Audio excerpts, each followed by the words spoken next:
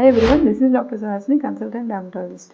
Last వీడియోలో మనం normal hair cycle ఏంటి అనేది తెలుసుకున్నాము. So per day 80 to 100 hairs రావడం అనేది నార్మల్ అని తెలుసుకున్నాం.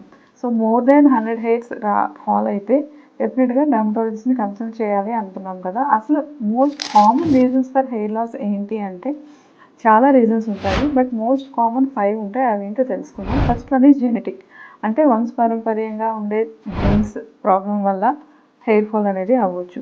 Second thing is hormone imbalance, like PCOD, thyroid, any other hormone imbalances ఉంటే హెయిర్ ఫాల్ అనేది అవ్వచ్చు. Third thing is stress.